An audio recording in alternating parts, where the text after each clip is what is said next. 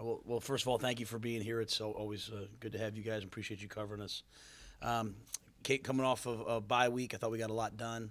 Thought our players had a chance to rest, but also continue to work and try to make strides as a team. We're able to get a lot of recruiting done. Guys got back last night. They worked hard last night, and we're excited to have the chance to go to Morgantown and play against a tremendous West Virginia football team, a dynamic offense, just a tough, physical, fast, disciplined defense, and we know the test that's in front of us. So we're going to worry about ourselves, focus on ourselves, and playing as well as we can play. And but we are looking forward to the moment to have a chance to go out there and play against a ranked team on the road in a hostile environment. So with that, I'll see what questions you guys got. Man, Iowa State has really been the only team that's slowed down West Virginia's offense this year. What did you see from that game film? Well, Iowa State's kind of done that to a bunch of people. They play that sort of bend but don't break style, but at the same time they get off blocks and make plays. And it's a different defense than us. So there's not a ton we can take from it. But I just think they were able to limit the explosive plays, and their guys got off blocks, made tackles, and I thought they had some nuances, some little wrinkles that they had put in for that game out on the perimeter to try to take away.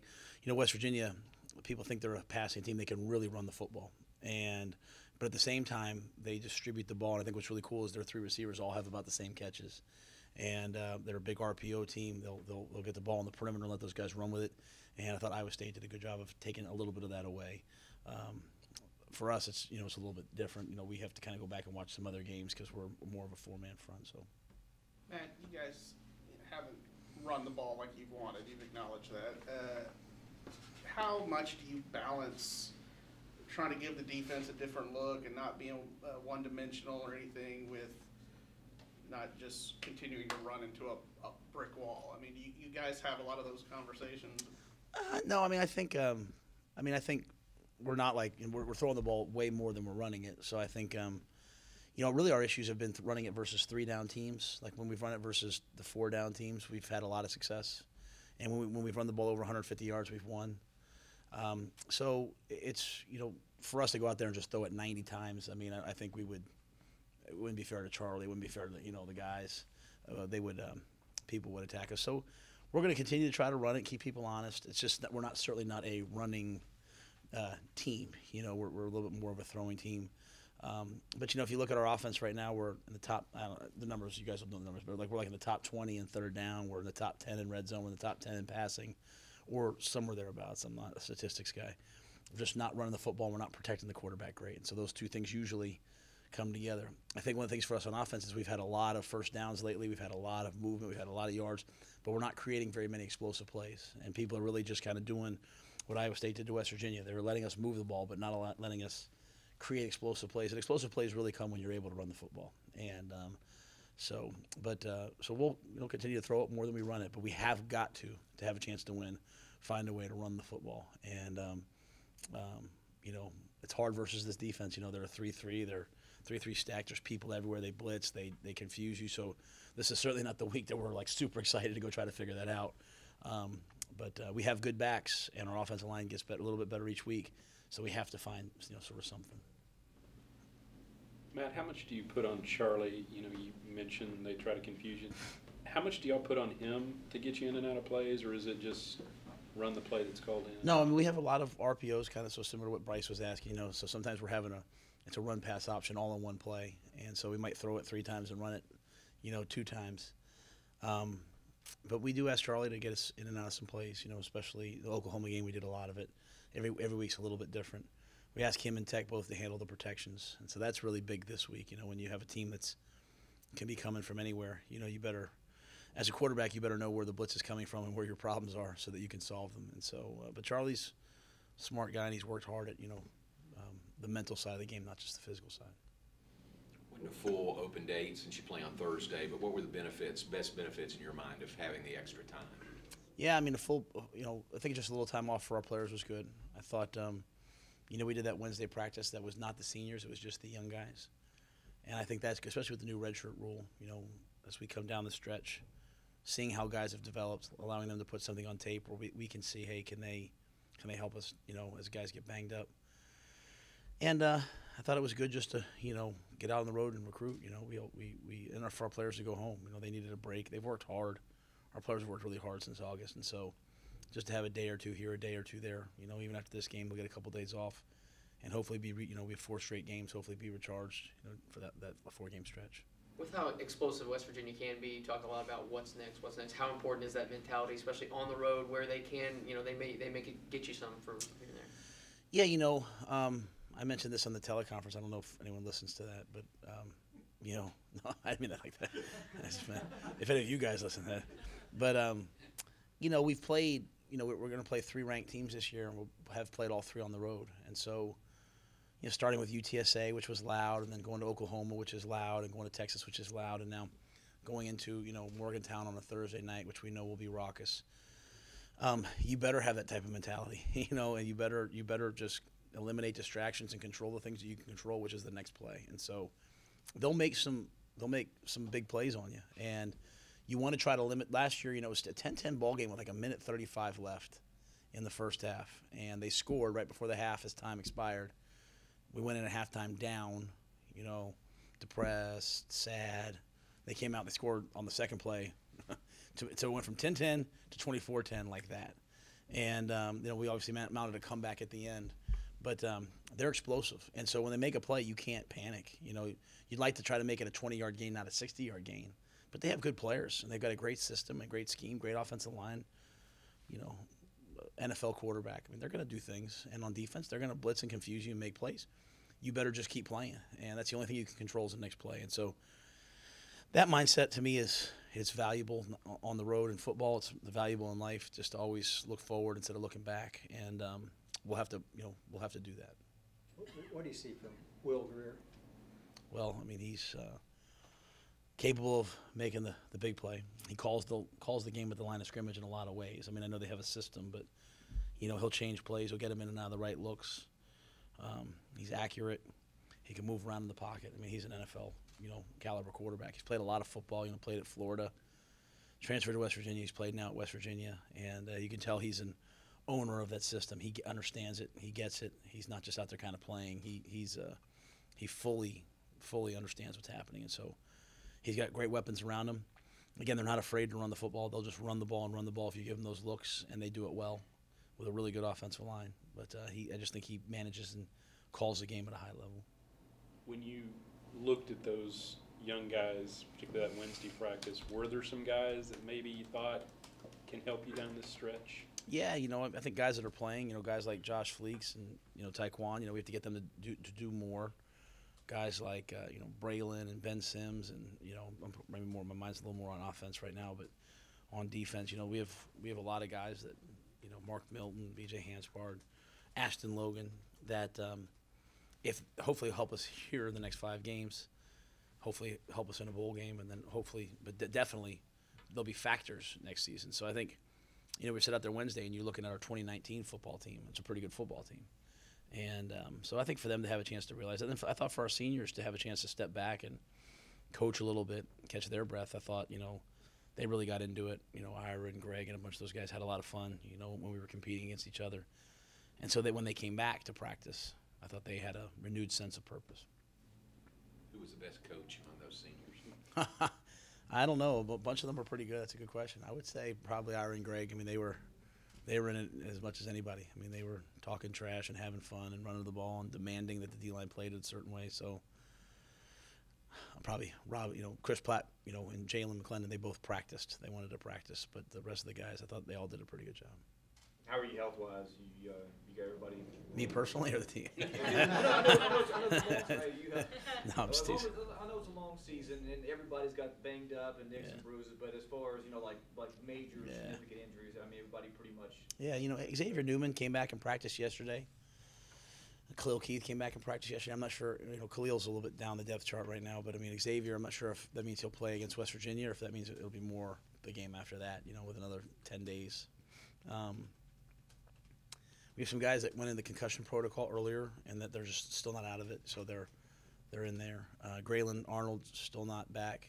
Hopefully maybe Oklahoma State.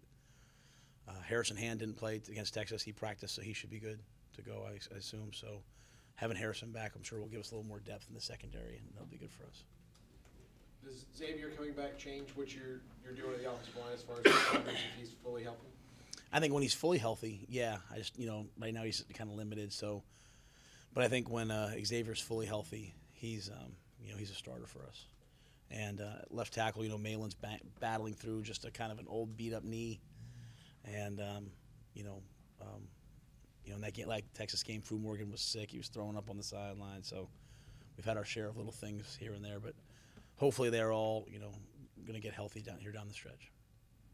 Matt, when you were at Temple, did you ever play them? Did you follow them, being in that area at all? Or? No, I grew up a Penn State person, and so I remember the days of watching all those games, right? And then there was a time when we'd sit there just as a football fan. I loved watching the backyard brawl between Pitt and West Virginia, and then I married my lovely wife Julie, whose parents are both Mountaineers, so she's been back to games. So Jeff Nixon, our offense coordinator, he went there and played for 2 years under Don Nealon. So I would watch when he played. But, a lot of respect for their program, and really a lot of respect for Daniel Holgerson, Coach Gibson on defense. I mean, they really good football coaches. We recruited, we saw the guys that they recruited a lot. So when I was at Temple, they did a lot in the Northeast. And so, Penn State, by the time I got to Penn State, we were Big Ten, and those rivalries had kind of died off, unfortunately. With how the game at Texas ended, you talked about how you saw a different kind of emotion coming from your guys, and then you go into a bye week, so that taste in their mouth has to sit there a little bit longer. Do you think that's a benefit for your guys to still have that as what they're coming into West Virginia with?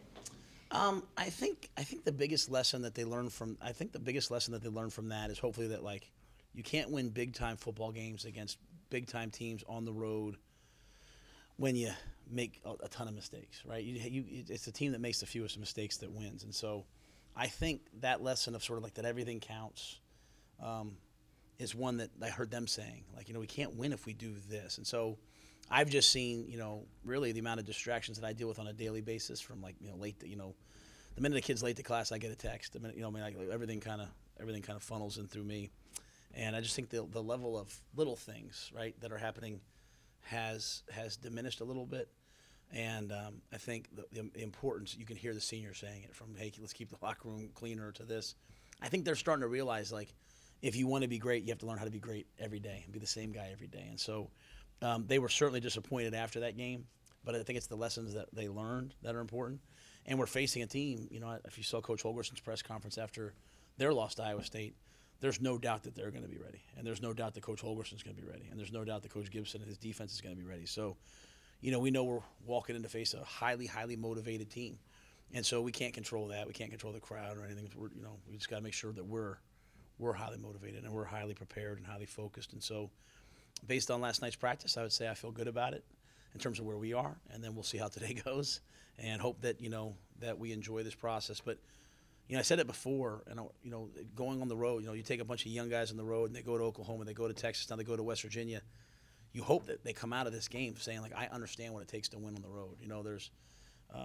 There's a certain mentality you have to have, and I think every game we get a little closer to having that toughness, that steely-eyed determination. Like, man, I'm not going out here today to not play my best, and so hopefully we do that. Do you feel like, given the performance they had against Texas last week, your defense is kind of playing its best football right now going into this tough stretch? Our defense has been weird. I mean, if you look at, like, the Kansas game, we held them to 7 points on one play. And if you watch Kansas, I know they maybe struggled record-wise, but they've put up yards and scored against a lot of people, right? So that day I was like, wow, we made a big jump, right? And then Oklahoma, Oklahoma's averaging 50 points against everybody. And that game kind of got away from us at the end. If we could go back, I think we'd play better in the fourth and it'd be a little closer game. Kansas State, we didn't give up a pass play over, 20 yards, but just gave up these long runs. Kind of put it all together at Texas in some ways, but, as I tell our defense, we can't say we played well if we didn't have a sack and didn't create turnovers. Like, we need to go create turnovers and sack the quarterback. And so that will, this is a different kind of offense. This is a dynamic offense, and our chance to stop them, no one really stops them. So what do you have to do? You have to try to create some negative plays. You have to try to rip the ball out, get some turnovers. And so I think that our defense is definitely improving, but we have got to create turnovers. We've got to get to the quarterback if we want to, come out with a win in this game or any of the other games down the stretch. going back to the explosive plays, one area y'all been pretty good is throwing the ball to the running backs out of the backfield. I think Hasty leads the Big 12 in catches by running back.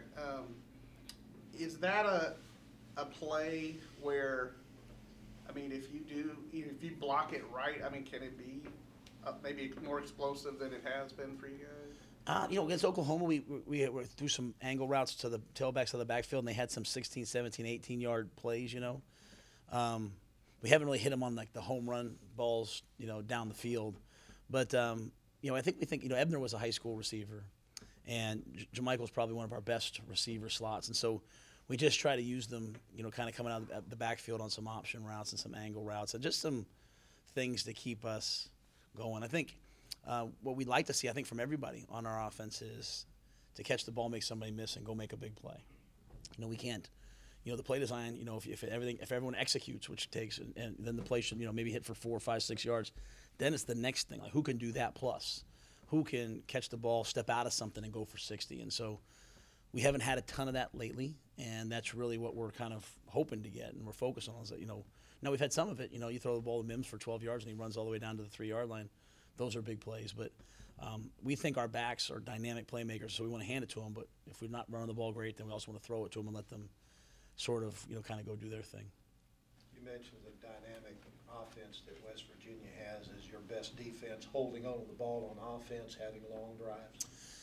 Yeah, so I think the number one thing on offense when you face is points, right? So, I mean, you take points any which way you can get them, So, touchdowns certainly, change the game. If you can hang in the game, then, it's important. But in lieu of that, I think keeping them off the field is a key. Now, that's not really our strength. Our strength has been playing in tempo and kind of getting ourselves going. I thought when we got, 2 first downs against Texas, then we were able to move the ball then, right? If we didn't get 2 first downs, we were kind of sitting there punting the foot, so it's, can we put 2 first downs together and eventually, get a drive going? So, in my old life, I would have probably lined up and run the ball every play and, tried to create explosives that way with play actions. But that's just not really who we are. We're a little more spread and tempoed out. And I think for our players, I owe it to them. We owe it to them to just let them go play the way we play best, And so if this is what we do best, and that being said, we do have to run the football, and we do have to create some, some shot opportunities. But we have to go out and throw our best stuff at them. Let our guys go play. But it would be great if we could keep them off the field, eliminate explosives. And again, I'll go back again. Winning the turnover battle is just we've only done it once this whole year, and if we could do it. The last 5 games, if we do it, we're doing enough other good things that we'll have a chance to win. Matt, West Virginia's defense leads the league in fewest points allowed. What do you see from them? Are they quite a bit better than maybe than last year, or can you see that? Well, when we played them last year, they played really well against us. I just think you're not going to find a defense that plays harder, runs with the ball better than they do. Outstanding on third down. I think they're only giving up like 35% on third down. So they'll play man. They got a nice blitz package. They'll confuse you and then run to zone. They have playmakers, guys who can go make plays on the ball. So I think just defensively they have really good players, a unique system. It's the only system. It's the only 3-3 stack that you see all year. So you have to kind of get ready for it in 3 days, and that difference can be an advantage for them. And they have their defensive line. Kenny Bigelow transferred in; he's a difference maker. They got Robinson. Those guys are all disruptive and create matchup issues for you up front. But I think just the job they're doing on third down, the job they're doing against the run, they're only giving up 140 yards rushing, are really impressive on their end. Matt, coming off the injury, what's Chris Platt giving you this year, maybe in terms of leadership in that room or what? Yeah, Chris, there's the fact that he wanted to practice last week. He wasn't happy with, the UT game and said, I'm practicing. He wasn't doing it to kiss up or anything. He was doing it because he wants to play great football. And I think early on, Chris was kind of getting his sea legs back. And you can see him now, I think, really taking steps. And we'll need him. We'll need those guys down the stretch to make plays in games like this. And, we're counting on him. But he's been such a positive influence in the locker room and in the meeting rooms and on the practice field that it just that alone has made an impact.